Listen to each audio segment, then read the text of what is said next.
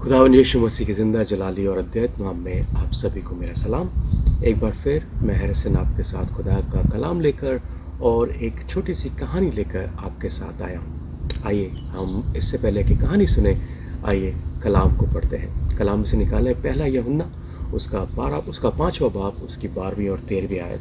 पहला यूहन्ना 5 बाब 12वीं और 13वीं आयत, जहाँ पर लिखा है, जिसके पास पुत्र है उसके पास जीवन है, जिसके पास परमेश्वर का पुत्र नहीं उसके पास जीवन भी नहीं। मैंने तुम्हें जो परमेश्वर के पुत्र के नाम पर विश्वास करते हो इसलिए लिखा कि तुम जानो कि अनंत जीवन तुम्हारा है। हम में से कितने हैं जो अनंत जीवन को पाना चाहते हैं? आई थिंक हम सब पाना चाहते हैं, है ना? तो आइए मैं आपको कहानी सुनाता हूँ। एक बार एक यूरोपियन कंट्री के अंदर एक लड़का और उसके पापा थे, और वो दोनों बड़े पैसे वाले थे, बहुत पैसा था उनके पास, और उस समय वर्ल्ड वॉर का टाइम चल रहा था। एनीवे जो बाप और बेटा थे, इनके पास पैसा था, और ये आर्ट को, जो बड़ी बड़ी पेंटिंग्स होती हैं, उनको बड़ा सराहते थे, उनसे बड़ी प्यार करते थे, और बड़े बड़े ऑक्शंस में जाकर बड़ी महंगी महंगी पेंटिंग्स जो होती हैं, वैन गॉग की और जितने भी बड़े आर्टिस्ट हैं, उनकी पेंटिंग्स वो खरीद कर अपने संग्रहालय में, अपने म्यूज़ियम में रखा करते थे। क्या हुआ कि एक दिन वर्ल्ड वॉर छिड़ गया। वर्ल्ड वॉर छिड़ने पर आपको पता है कि घर के जो लड़के हुआ करते थे, उनको एज अ सोल्जर बनकर वर्ल्ड वॉर में जाना पड़ा। तो उस लड़के को भी जाना पड़ा। जब भी वो लड़का गया तो उस लड़के को गोली लग गई और वो लड़का मर गया। बाप को बड़ा दुख हुआ। बाप बेचारा जो था बहुत डिप्रेशन में चला गया। वो जब भी लोग आया करते थे, उनको वो बड़ी बड़ी पेंटिंगें दिखाया करता था अपने बेटे के साथ। अब उसका वो इंटरेस्ट ख़त्म सा हो गया, वो मोहब्बत उन पेंटिंग के साथ उसकी ख़त्म हो गई।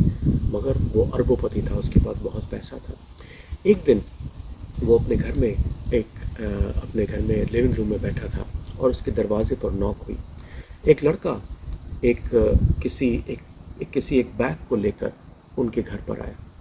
उसने बोला, अंकल आप मुझे नहीं जानते, मैं आपके बेटे का दोस्त हूँ जो उस लड़ाई में मेरे साथ था। अंकल को बड़ा खुशी हुई। उन्होंने बोला, आओ बेटा, प्लीज़ अंदर आओ।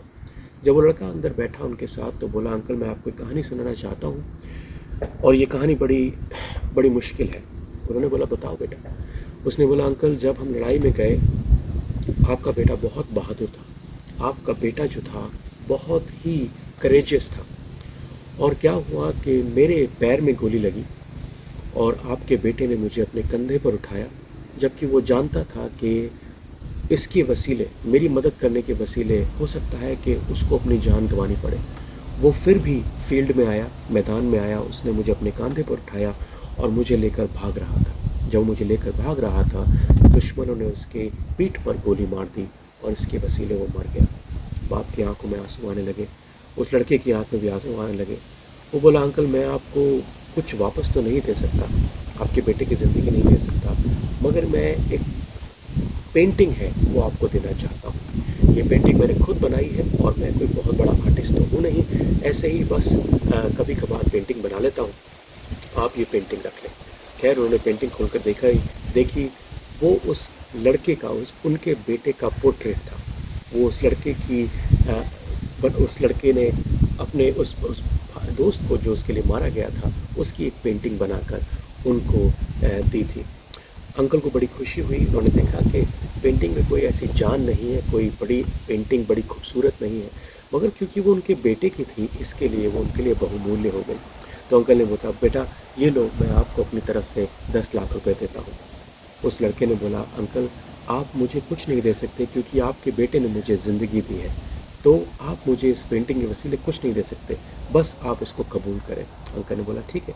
और अंकल ने अपने लिविंग रूम पे, जहाँ पर आग लगी होती थी, उसके ऊपर उस पेंटिंग को टांग दिया, मेंटल के ऊपर उस पेंटिंग को टांग दिया। और जब भी कोई उनके संग्रहालय को देखने के लिए आता, तो वो पहले उस पेंटिंग को उन लोगों को दिखाते, उसके बाद उनको अपने संग्रहालय में लेकर जाते। एनीवे टाइम आया कि वो अंकल की डेथ हो गई और उनका कोई वारिस ना बचा, क्योंकि लड़का तो मर चुका था। अब उनके सारी संपत्ति का ऑक्शन होना था। तो ऑक्शन के टाइम पर क्या हुआ कि बड़ी बड़ी दूर से दुनिया भर से लोग उन पेंटिंग्स को खरीदने के लिए, उनकी संपत्ति को खरीदने के लिए आए। जब आए तो ऑक्शनियर जो था जिसने ऑक्शन करना था, उसने टेबल बिछाई और उस टेबल के ऊपर उस पेंटिंग को, उनके बेटे की पेंटिंग को रख दिया।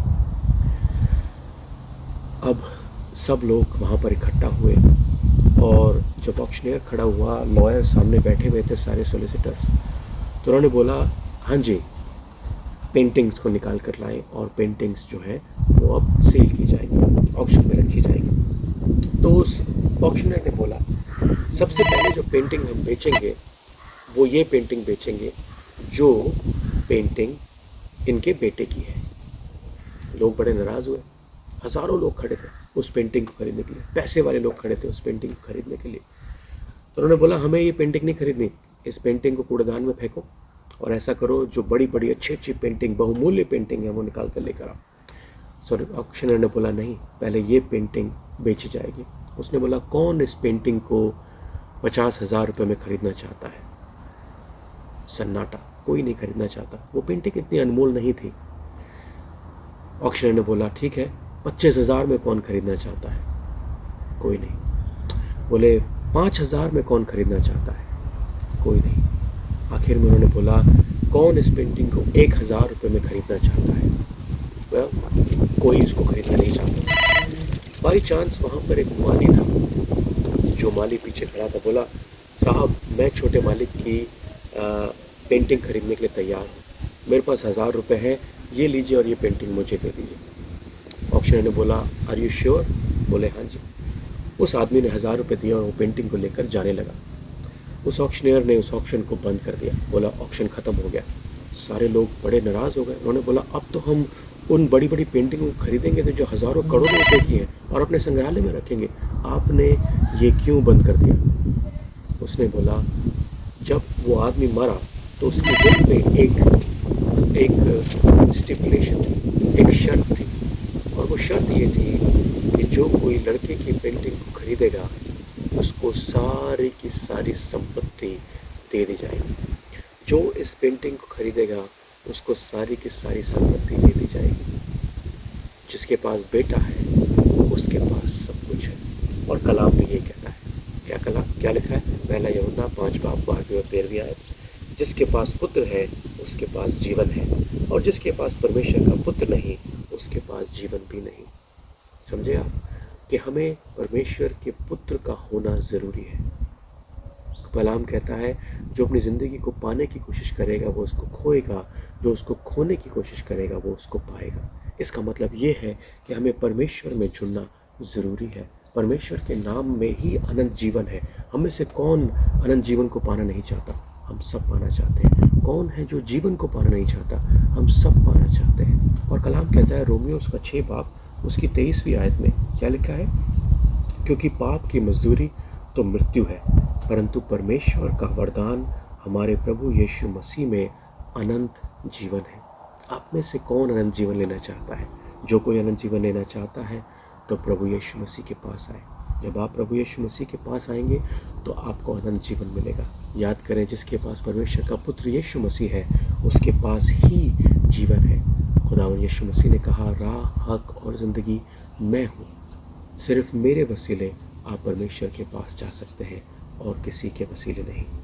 खुदावंद आपको बहुत बरकत दे।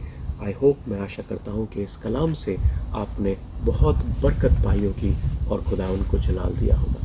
दोबारा फिर इस वीडियो को सब्सक्राइब, इस चैनल को सब्सक्राइब ना करें, खुदा को सब्सक्राइब करें। इस वीडियो को लाइक ना करें, खुदा को लाइक करें। और अगर आपको ये वीडियो समझ आती है, आपको ये कलाम समझ आता है, तभी किसी दूसरे के साथ शेयर करें या सब्सक्राइब करें। मैं इस वीडियोस को आपको लाइक करने के लिए या सब्सक्राइब करने के लिए नहीं बनाता, मैं इसलिए बनाता हूँ ताकि खुदावन का नाम ऊंचा उठाया जा सके। खुदावन आपको बहुत बरकत दे।